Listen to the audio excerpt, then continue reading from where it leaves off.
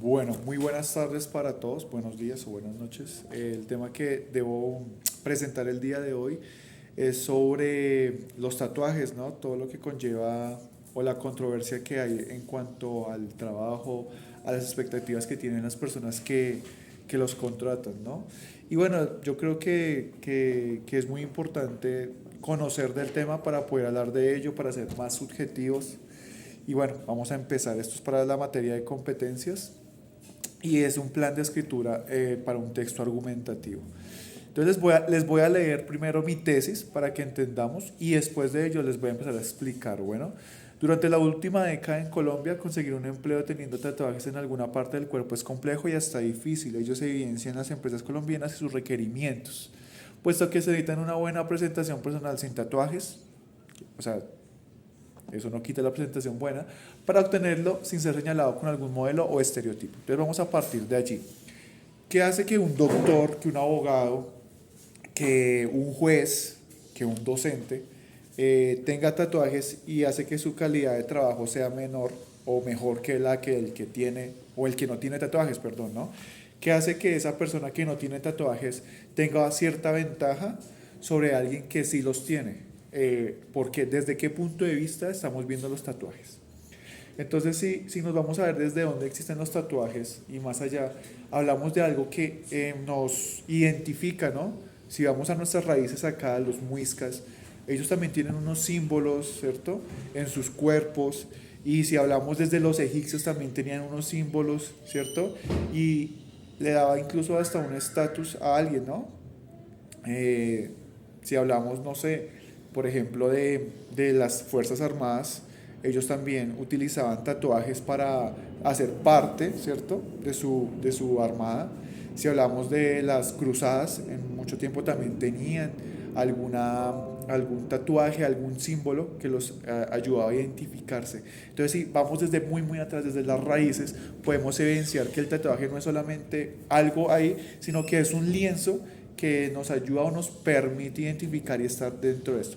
Para eso voy a decir mi primer argumento, y es que nos identifica. El tatuaje nos identifica. Posiblemente habrán unos que solamente se lo quieren hacer y ya, pero normalmente siempre tienen un significado, ¿cierto? Y ahí tomamos en el mismo, ¿cómo se llama? Texto que nos recomienda la tutora, ¿cierto? Entre el arcaísmo y la moda, ¿cierto? Entonces dice textualmente la persona, el tatuaje es libertad y muchos envían esa libertad y muchos que me ven les jode que me vean así porque muchos no pueden o no se atreven a tenerla. Porque para ir a eso por la vía hay que tener una personalidad, hay que tener valores, unos valores, hay que tener una fuerza. No todo el mundo tiene eso, ¿cierto? De hacer las cosas. Si nos damos cuenta, actualmente en el país existen 400.000 personas con al menos un tatuaje. Un tatuaje. No, el que más se ve es el de acá, ¿no? Eh, Porque querían hacerlo, ¿cierto? Ahora, si hablamos de esos 400.000, sería un 12.5% de la población total aquí en Colombia. Y el 20% de los jóvenes entre los 18 y 20 años tienen por lo menos un tatuaje. Entre los 18 y 29 años, perdón. Pero ese porcentaje baja al 3% en personas de 50 años. Si tomamos la media desde allí, pues va a ser diferente.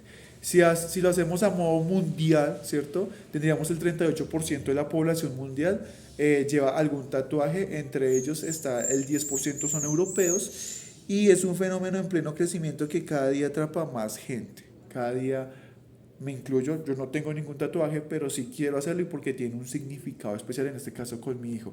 Si vemos algunas estadísticas, por ejemplo, Italia tiene el 48%, Suiza el 47%, Estados Unidos el 44% y el más bajito lo tiene México con un 32%.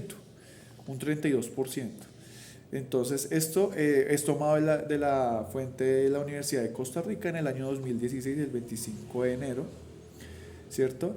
Y ya finalmente, pues, hay una sentencia que lo hace una señora que se llama, déjenme ver, se llama Estela Ortiz Delgado, y esto ocurre porque hubo un dragoneante que quería presentarse al IMPEC y tenía tatuajes.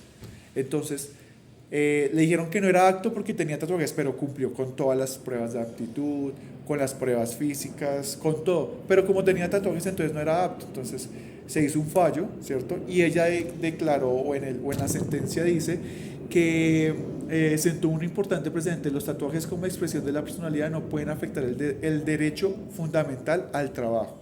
Yo puedo tener mi brazo lleno de tatuajes, eso no impide que yo pueda dictar mi clase, o que yo pueda cuidar, o que yo pueda barrer, que yo pueda dar un café, que yo pueda hacer un plano para una casa. Eso no define mí, no me define a mí. Y como lo argumento en mi texto, podríamos ver un sacerdote con tatuajes, podríamos ver una monja con tatuajes. ¿Sería esto correcto? ¿Desde qué punto de vista y desde qué punto de vista no sería correcto? Entonces, siento que las personas que de una u otra manera van y ven los tatuajes como algo malo, ¿cierto?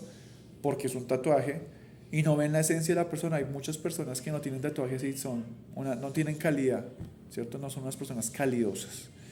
Entonces, los tatuajes no deberían ser un impedimento para conseguir un trabajo y no se deberían categorizar o catalogar a las personas por tener un tatuaje. Y ni un tatuaje, ni un piercing, ni un color de cabello, ¿cierto? Sé que me salgo un poco de lo que estoy hablando, pero sí es importante hacer las cosas en cuanto al trabajo, ver las aptitudes y actitudes claramente de la persona con o sin tatuajes.